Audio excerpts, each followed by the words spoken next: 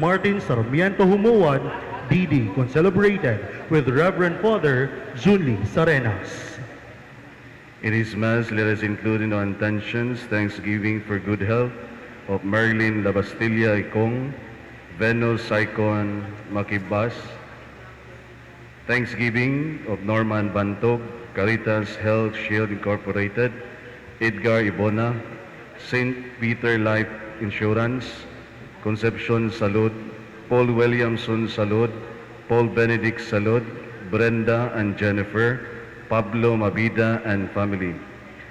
Let us include also in our attention our deceased brothers and sisters, especially our late Archbishop Jesus Dosado, Isabera Rowena, Philip, Jimmy, John Valencia, Milicio Angloy, William, Inocencio Luciana, Tercela Fernando Margarito Juliana, Jose Jr. Seth Carding, Leonardo Maria, Rolando Adreli, Dodong Dindin, Felipe, Concepcion, Benjamin Erneta, Bibing Liklik Magno Fedela, Ramon Philip Benan, Jojo Ramonito Sander, Jesus Ramon, Potenciano Edelfredo Soledad Alin Lalay Tasha, Yespicio Liklik, Helia Pasing, and for all the souls in purgatory.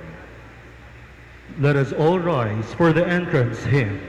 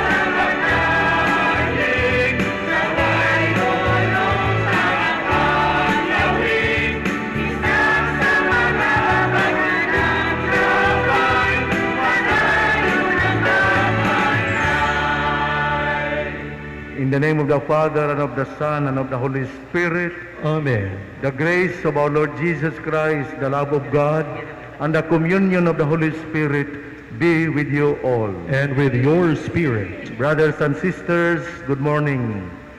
As mentioned in the introduction, today is the 29th Sunday in Ordinary Time, and also today is World Mission Sunday. We pray for all our missionaries.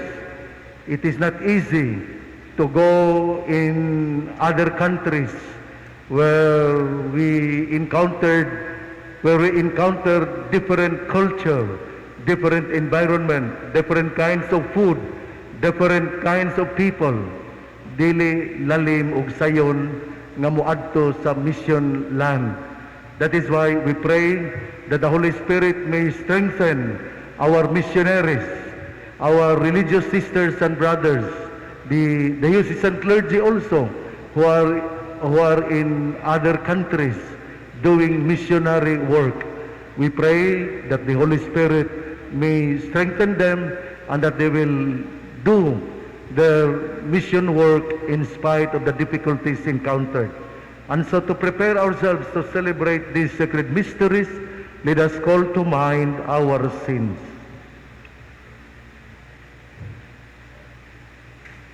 I confess to Almighty God and to you, my brothers and sisters, that I have greatly sinned in my thoughts and in my words, in what I have done and in what I have failed to do. Through my fault, to my most grievous fault, Therefore I ask Blessed Mary, ever Virgin, all the angels and saints, and you, my brothers and sisters, to pray for me to the Lord our God. May Almighty God have mercy on us, forgive us sins, and bring us to everlasting life. Amen.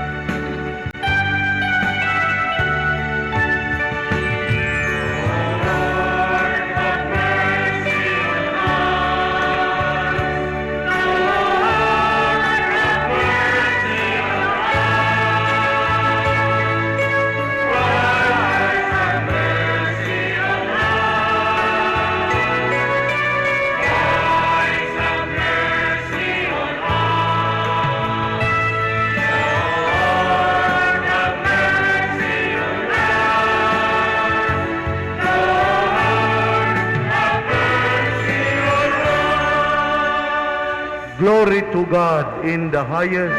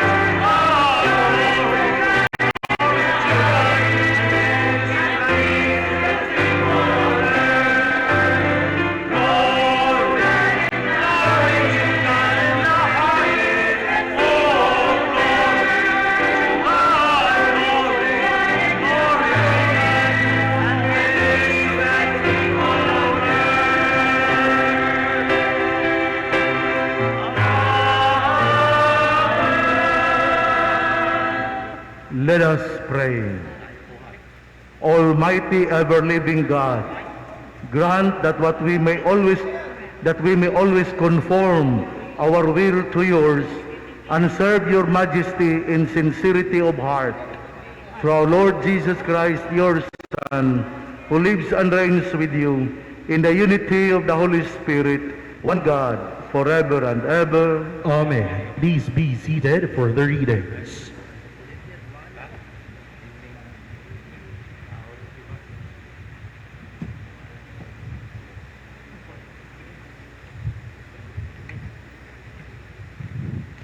A reading from the book of the prophet Isaiah. Thus says the Lord to his anointed, Cyrus, whose right hand I grasp, subduing nations before him, and making kings run in his service, opening doors before him, and leaving the gates unbarred. For the sake of Jacob, my servant, of Israel, my chosen one. I have called you by your name, giving you title, though you knew me not. I am the Lord, and there is no other. There is no God besides me. It is I who arm you, though you know me not, so that toward the rising and the setting of the sun, men may know that there is none besides me. I am the Lord, there is no other. The word of the Lord. Thanks be to God.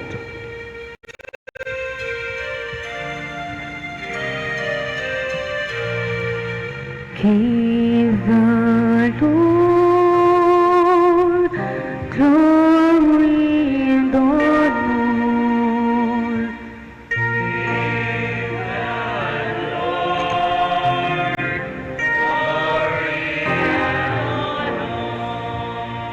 Sing to the Lord a new song. Sing to the Lord, all you lands. Tell his glory among the nations, among all peoples, his wondrous deeds.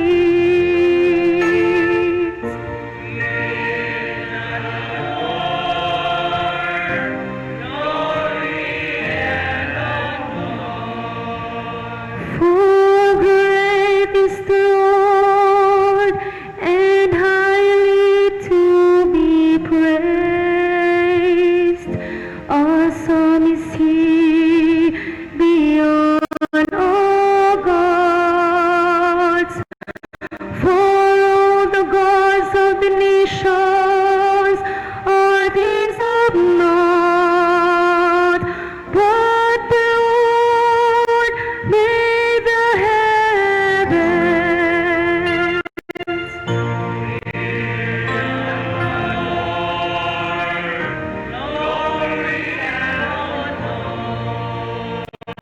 Give to the Lord, you families of nations.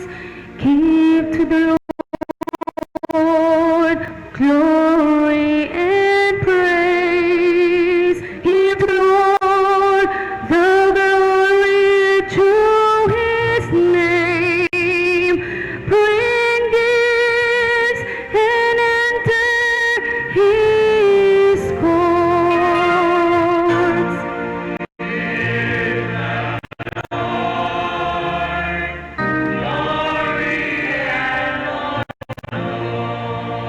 Worship the Lord in holy attire. Tremble before him, all the earth. Says among the nations, the Lord is King. He governs the peoples with equity.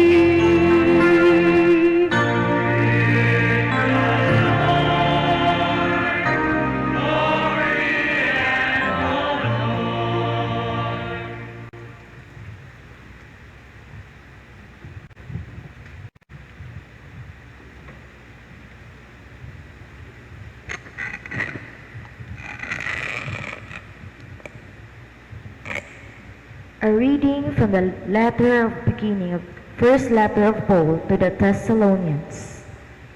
Paul, Silvanus, and Timothy, to the church of Thessalonians, who belong to God the Father and Lord Jesus Christ, grace and peace be yours.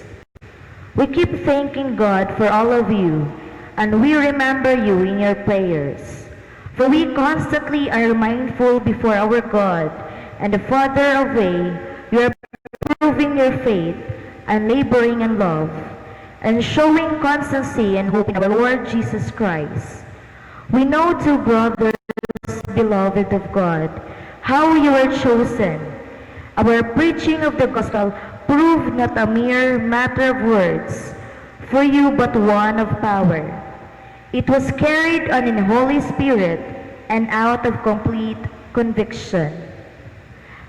The word of the Lord. Thanks be to God. Please all rise.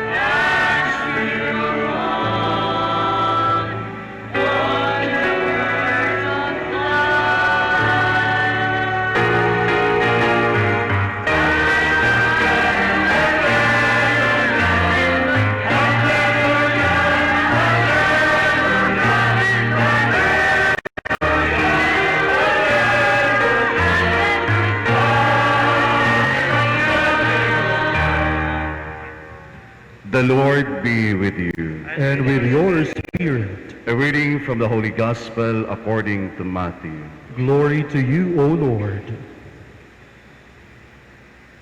The Pharisees went off and plotted how they might entrap Jesus in speech.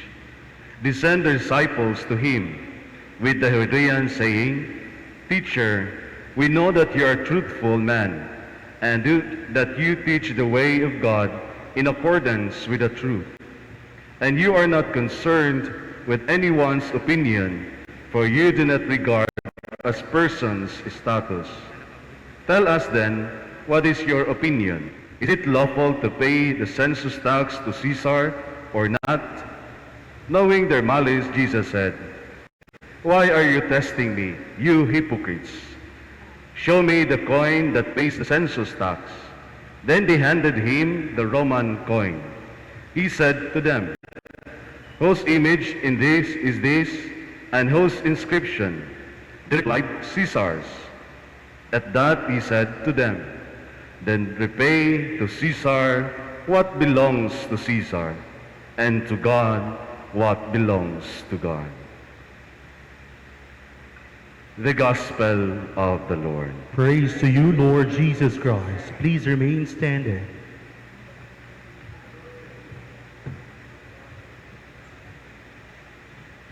Please be seated for the homily.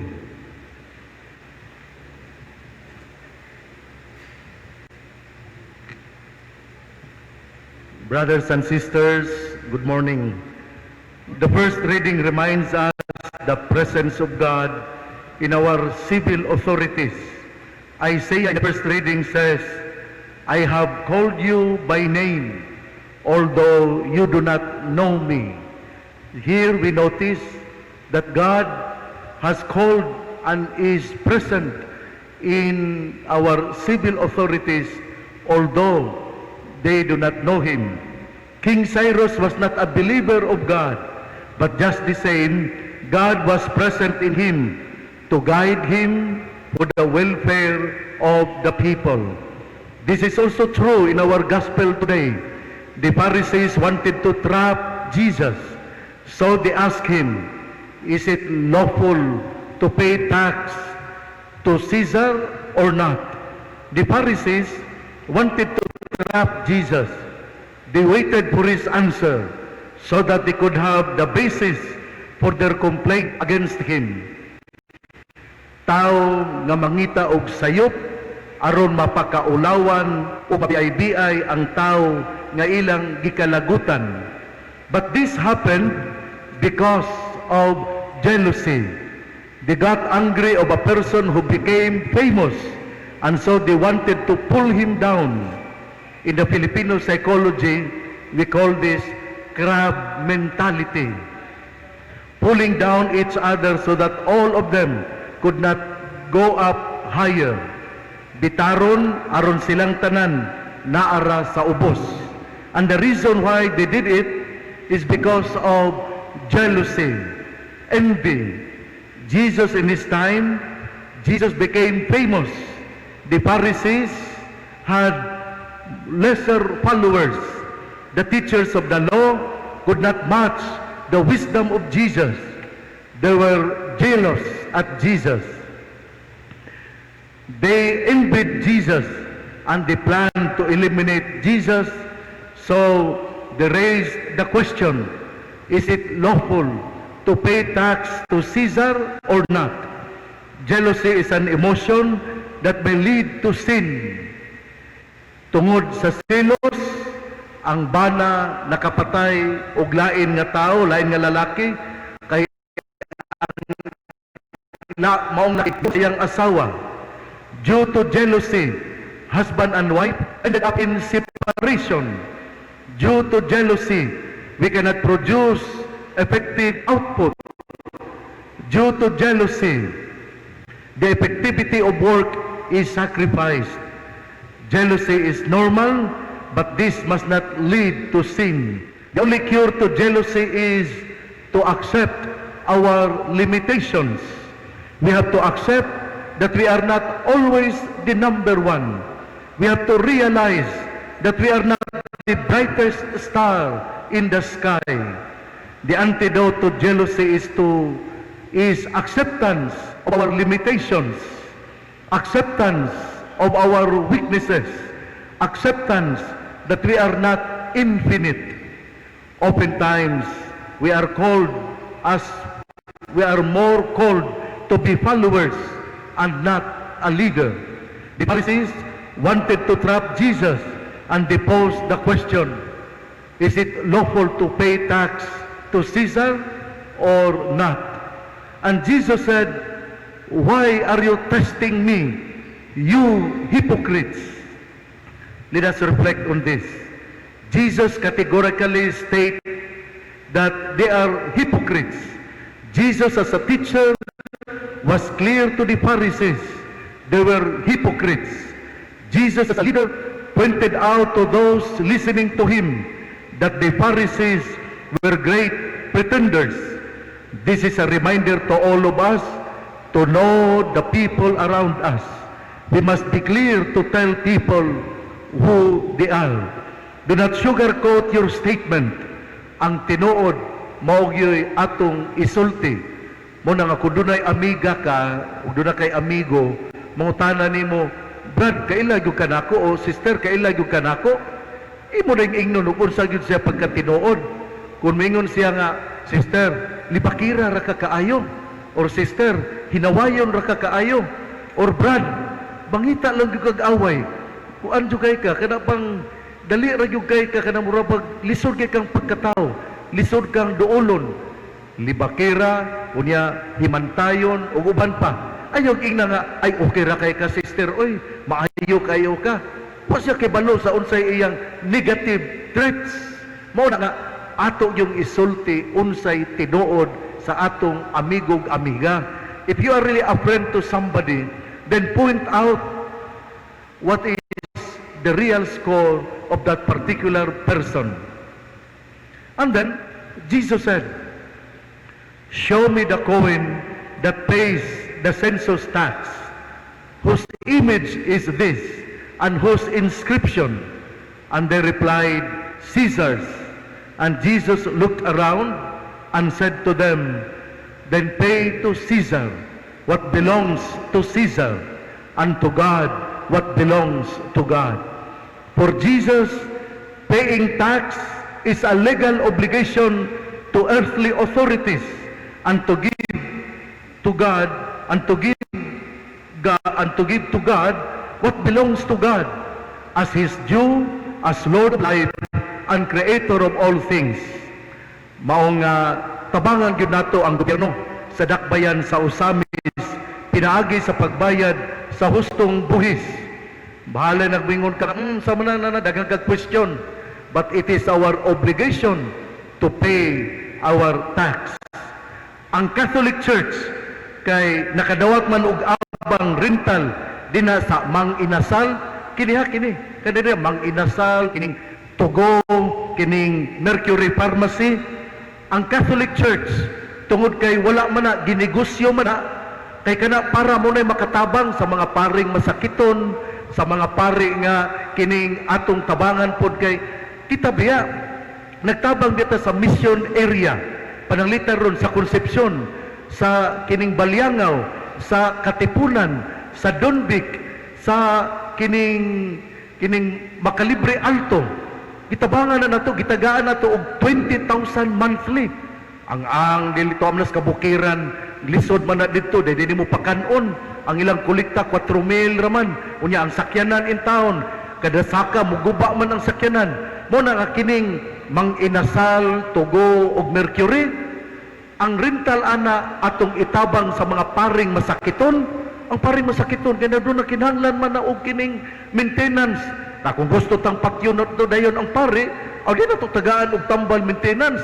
Kung gusto nato nga kining walay moadto sa kabukiran, di na to tabangan ang mga mission land. Mauna nga kanang Mang Inasal, kanang Tugo, kanang Mercury din na ang rental ana para sa masakiton nga pare, para sa kining mission areas, Concepcion, Makalibre Alto, Balyangaw, Katipunan, John Victoriano, kining Makalibre Alto usa pa din na gitabangan na nato mo na nga malipay ta nga dunay moabang din ha.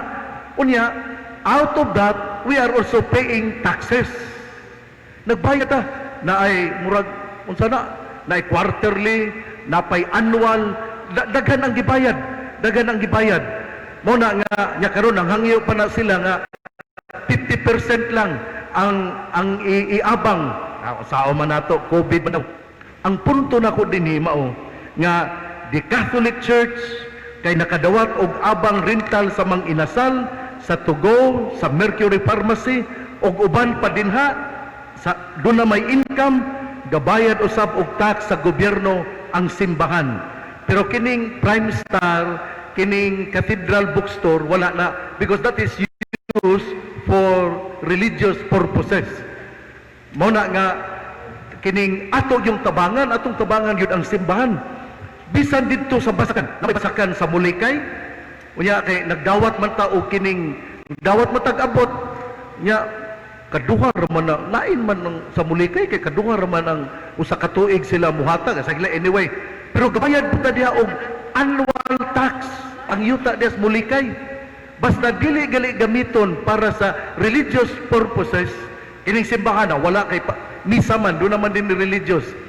Gamiton gali, dili gali gamiton for religious purposes, nagbayad ta sa gobyerno. Muna nga, ang uban nga kining ngano man nga gipaabangan man na nga kining doon naman itag-iya.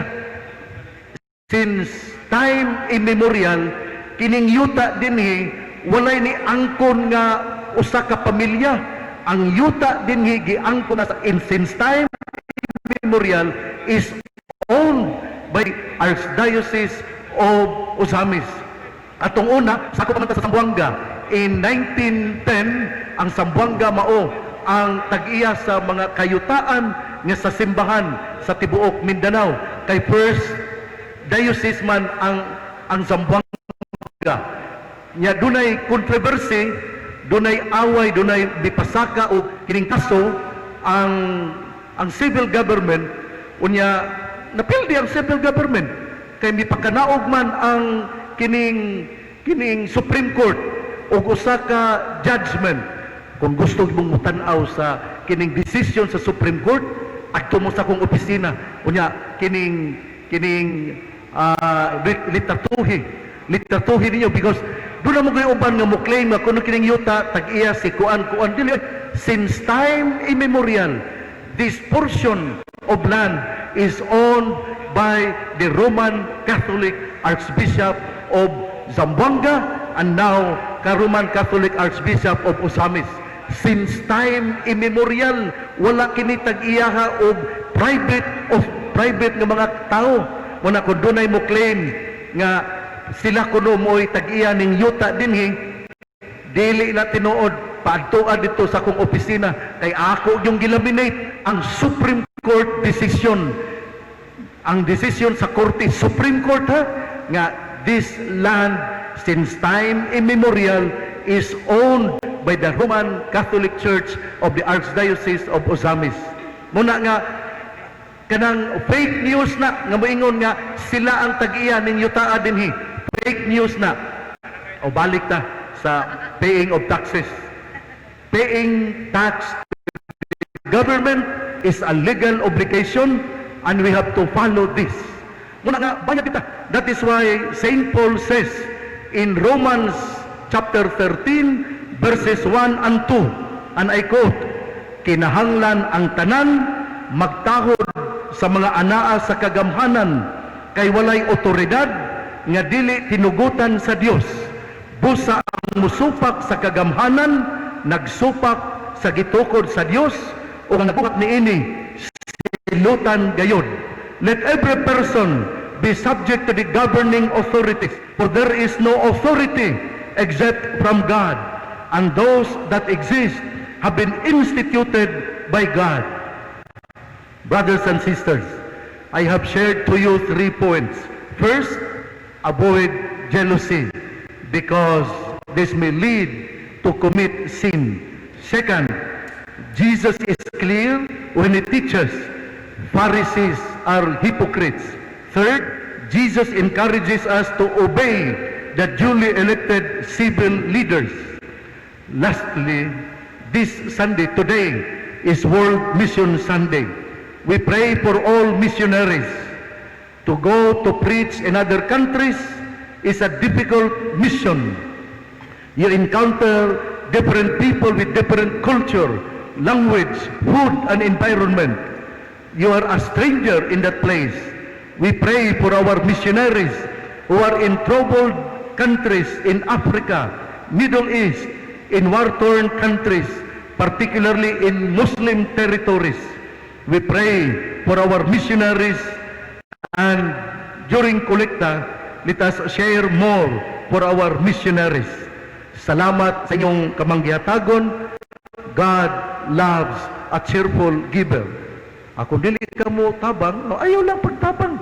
Basta ako kang gipahimangnuan nga atong tabangan ang mga missionaries, because it is very difficult when we are assigned in a mission territory. I was in Basilan for 33 years and very difficult. I was a missionary because the language is different. Chabacano, Muslim, uguban pa. The food is different.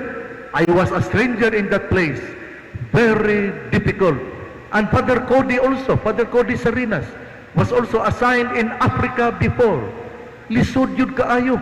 Ingon gud siya, murag ang among pagkaong dito, Bishop, murag magkanang lamaw, kay kining kasaba man.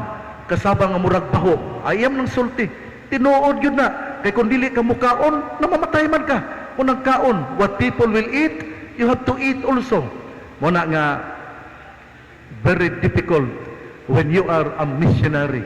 We pray for our missionaries, but our missionaries do not only need our prayer, naapod sila'y tiyan mo ng atong tabangan. Kay actually, it is our mission. When we receive the sacrament of baptism, we are encouraged to preach the gospel.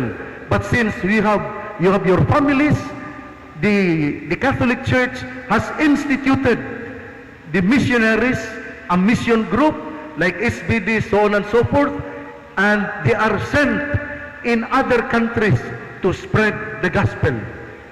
Lisod kaayo nga magmisyonero, kapoy kaayo nga magmisyonero, mingaw kaayo nga magmisyonero. Muna nga, mayo na lang na, makapalit sila dito o kining cellphone o guban pa. Uy, pwedeng lisura nga magmisyonero ka. Muna nga, we pray for them, and let us share what we can share for our missionaries. Thank you. Please all rise. I believe in one God, the Father Almighty, maker of heaven and earth, of all things visible and invisible. I believe in one Lord Jesus Christ, the only begotten Son of God, born of the Father before all ages, God from God, light from light, true God from true God, begotten not made, consubstantial with the Father, through all things were made. For us men and for our salvation, He came down from heaven, and by the Holy Spirit was incarnate of the Virgin Mary, and became man. For our our sake, sake, he was crucified under Pontius Pilate. He suffered death and was buried, and rose again on the third day, in accordance with the Scriptures. He ascended into heaven, and is seated at the right hand of the Father. He will come again in glory to judge the living and the dead, and His kingdom will have no end. I believe in the Holy Spirit, the Lord, the giver of life, who proceeds from the Father and the Son, who with the Father and the Son is adored and glorified, who has spoken through the prophets. I believe in one holy, Catholic, and Apostolic Church. I confess one baptism for the forgiveness of sins, and I look forward to the resurrection of the dead and the life of the world to come. Amen. Let us turn in prayer to God, our Father, for our Lord Jesus Christ, who promised us all we need, and much more if we seek first the kingdom of heaven. For every petition, let our response be, Loving Father, hear our prayer. Loving Father, hear our prayer.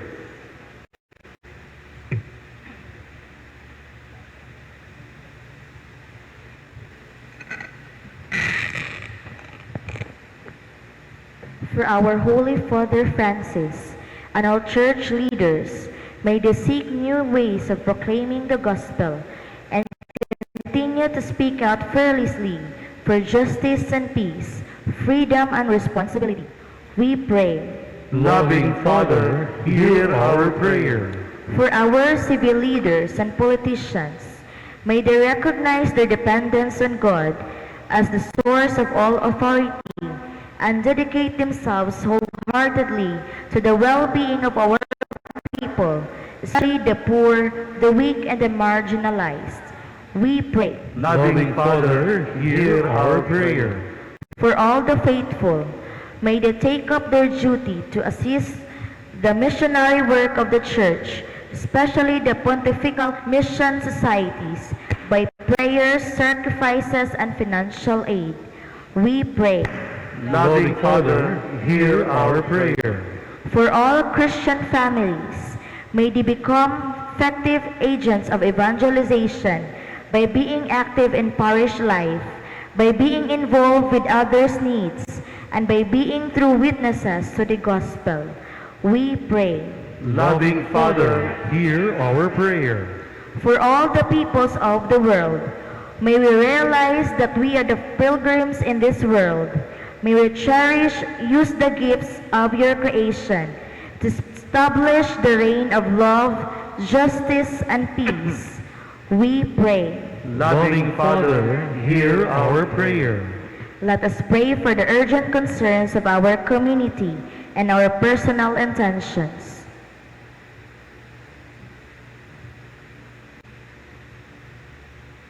We pray. Loving Father, hear our prayer. Loving Father, we humbly ask you to hear our petitions and help us to live in accord with the truth that sets us free in your Son, who lives and reigns forever and ever. Amen. Please be seated for the offertory.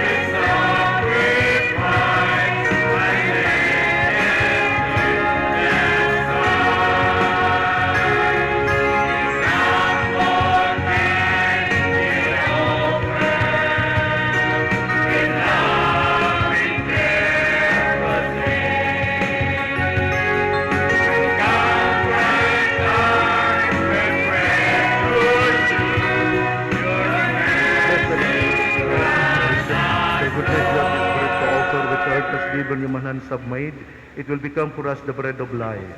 Blessed be God forever. By the mystery of this water and wine, may we come to share in the divinity of Christ, who humbled himself to share in our humanity. Blessed are you, Lord God of all creation. Through your goodness we have this wine to offer, fruit of the vine and work of human hands. It will become for us our spiritual drink. Blessed be God forever. Lord God, we ask you to receive and be pleased with this sacrifice we offer you with humble and contrite heart. Lord, wash our iniquities and cleanse us from our sins.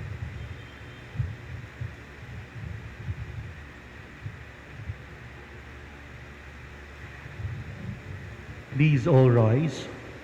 Pray, brothers and sisters, that my and your sacrifice may be acceptable to God, the Almighty Father. May the Lord accept the sacrifice at your hands for the praise and glory of his name, for our good and the good of all his holy church. Grant us, O Lord, we pray, a sincere respect for your gifts, that through the purifying action of your grace, we may be cleansed by the very mysteries we serve. Grant this through Christ our Lord. The Lord be with you. Lift up your hearts.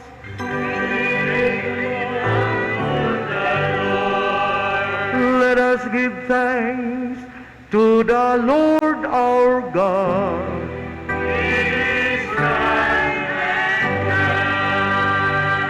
It is truly right and just, our duty and our salvation, always and everywhere to give you thanks, Lord, Holy Father, Almighty and eternal God, for you so loved the world that in your mercy you sent us the Redeemer to live like us in all things but sin, so that you might love in us what you loved in your Son, by whose obedience we have been restored to those gifts of yours that by sinning we had lost in disobedience. And so, Lord, with all the angels and saints, we too give you thanks, as in exaltation we acclaim. Holy, holy, holy Lord, God of hosts, heaven and earth are full of your glory. Hosanna in the highest. Blessed is he who comes in the name of the Lord. Hosanna in the highest. Please all kneel. You are indeed holy, O Lord, the fount of all holiness. Make holy, therefore, these gifts, we pray, by sending down your Spirit upon them like dewfall, so that they may become for us the body and blood of our Lord Jesus Christ. At the time he was betrayed and entered willingly into his passion, he took bread, and giving thanks, broke it, and gave it to his disciples, saying, Take this, all of you, and eat of it, for this is my body, which will be given up for you.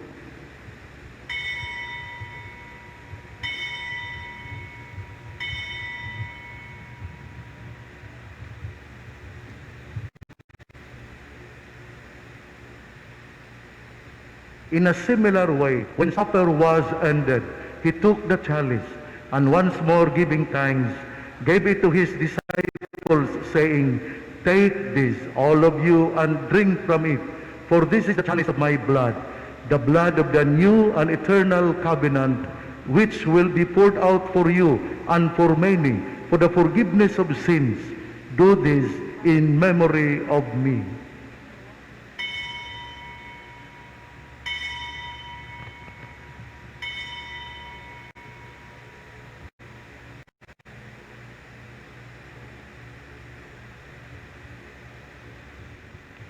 The mystery of faith.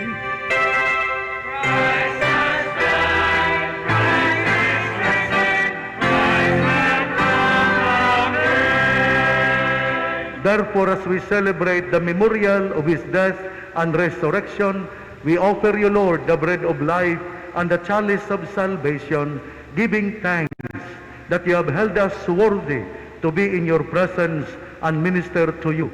Humbly we pray that partaking of the body and blood of our Lord Jesus Christ, we may be gathered into one by the Holy Spirit. Remember, Lord, your church spread throughout the world and bring her to the fullness of charity. together with Francis, our Pope, Martin, our Archbishop, and all the clergy. Remember also our brothers and sisters who have fallen asleep in the hope of the resurrection, and all who have died in your mercy. Welcome them into the light of your face. Have mercy on us all, we pray, that with the Blessed Virgin Mary, Mother of God, with the blessed apostles, with Saint Joseph, her spouse, with the blessed apostles and all the saints, who have pleased you throughout the ages, we merit to be course eternal life, and we praise and glorify you through your Son, Jesus Christ.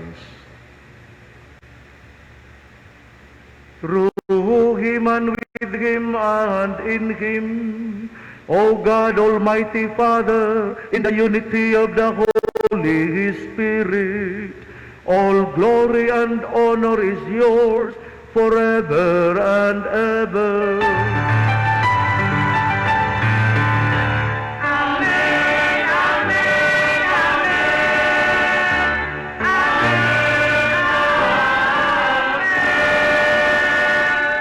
At the Savior's command, formed by divine teaching, nourished by the sacraments, we dare to say, Our Father, who art in heaven, hallowed be thy name. Thy kingdom come, thy will be done, on earth as it is in heaven. Give us this day our daily bread, and forgive us our trespasses, as we forgive those who trespass against us. And lead us not into temptation, but deliver us from evil. Deliver us, Lord, we pray, from every evil. Graciously grant peace in our days, that by the help of your mercy, we may be always free from sin and safe from all distress, as we await the blessed hope and the coming of our Savior, Jesus Christ. For the kingdom, the power, and the glory are yours, now and forever. Lord Jesus Christ, you said to your apostles, Peace I leave you, my peace I give you. Look not on our sins, but on the faith of your church, and graciously grant her peace and unity in accordance with your will, who live and reign forever and ever. Amen. The peace of the Lord be with you always. And with your spirit. Let us offer each other the sign of peace.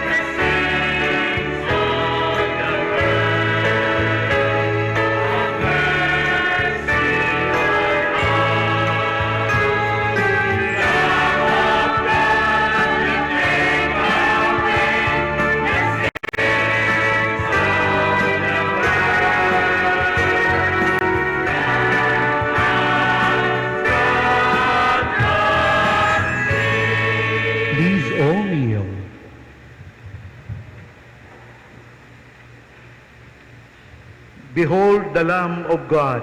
Behold him who takes away the sins of the world. Blessed are those called to the supper of the Lamb. Lord, I am not worthy that you should enter under my roof, but only say the word, and my soul shall be healed. May the body and blood of our Lord Jesus Christ bring us to eternal life. Amen.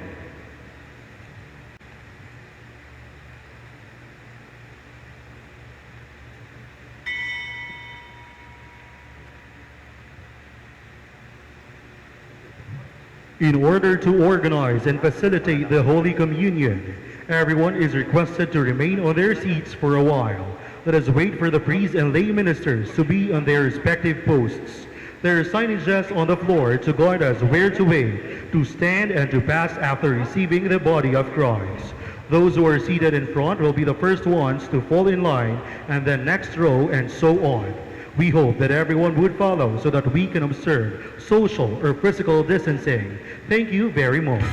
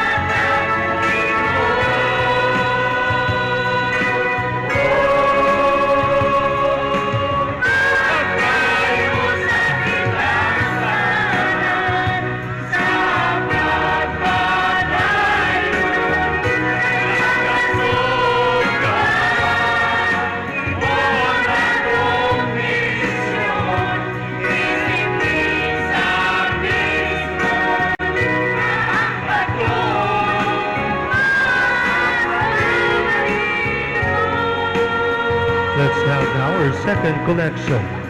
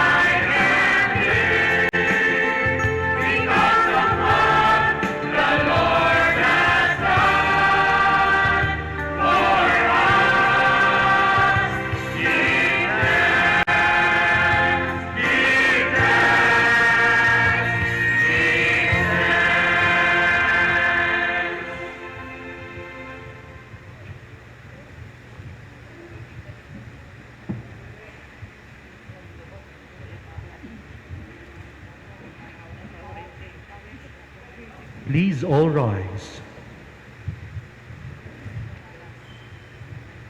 Let us pray. Grant, O Lord, we pray, that benefiting from participation in heavenly things, we may be helped by what you give in this present age, and prepared for the gifts that are eternal. Grant this through Christ our Lord.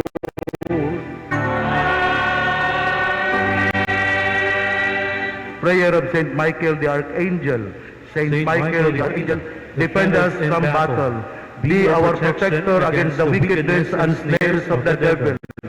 May God rebuke him, we humbly pray. And do thou, O Prince of the heavenly host, by the divine power of God, cast into hell Satan and all the evil spirits who roam throughout the world, seeking the ruin of souls. Amen. Pope Francis' prayer to Our Lady, health of the sick, for our protection against COVID-19. O Mary, you shine continuously on our journey as a sign of salvation and hope. We entrust ourselves to you, health of the sick. At the foot of the cross, you participated in Jesus' pain with steadfast faith. You, salvation of the Roman people, know what we need. We are certain that you will provide, so that as you did at Cana of Galilee, joy and feasting might return after this moment of trial. Help us, Mother of Divine Love, to conform ourselves to the Father's will and to do what Jesus tells us. He who took our sufferings upon himself and bore our sorrows to bring us to the cross to the joy of the resurrection. We seek refuge under your protection, O Holy Mother of God. Do not despise our pleas, we who are put to the test, and deliver us from every danger. O glorious and blessed Virgin Mary. Amen. Please be seated. Let us praise God for another blessed Sunday that we are gathered to glorify His holy name.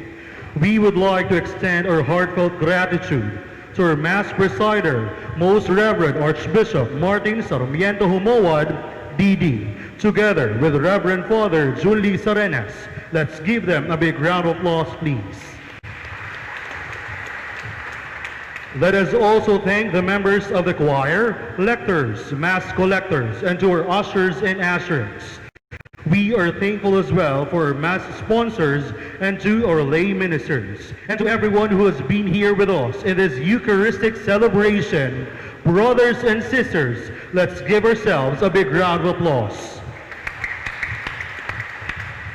We would like to inform everyone that the Metropolitan Cathedral of the Immaculate Conception will be closed every Monday from 2 o'clock to 4:30 in the afternoon for the disinfection of the cathedral premises, including the prayer room. This is to ensure the safety of all churchgoers in this time of COVID-19 pandemic. Always remember to have a good heart to help, ears to listen, and a good mind to think for what is the best. To God be the greatest glory and honor. Please all rise.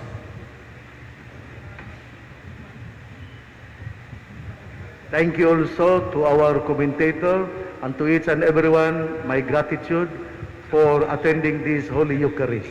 The Lord be with you. And with your spirit. Bow your head and pray for God's blessing. And may Almighty God bless you always, the Father, the Son, and the Holy Spirit. Amen. Amen. Our Mass has been offered. Go in peace. Thanks be to God. At ugdaygo ng Ginoo ang Mga Birhen Maria, ang Birhen Sakuta. Thank you each and everyone.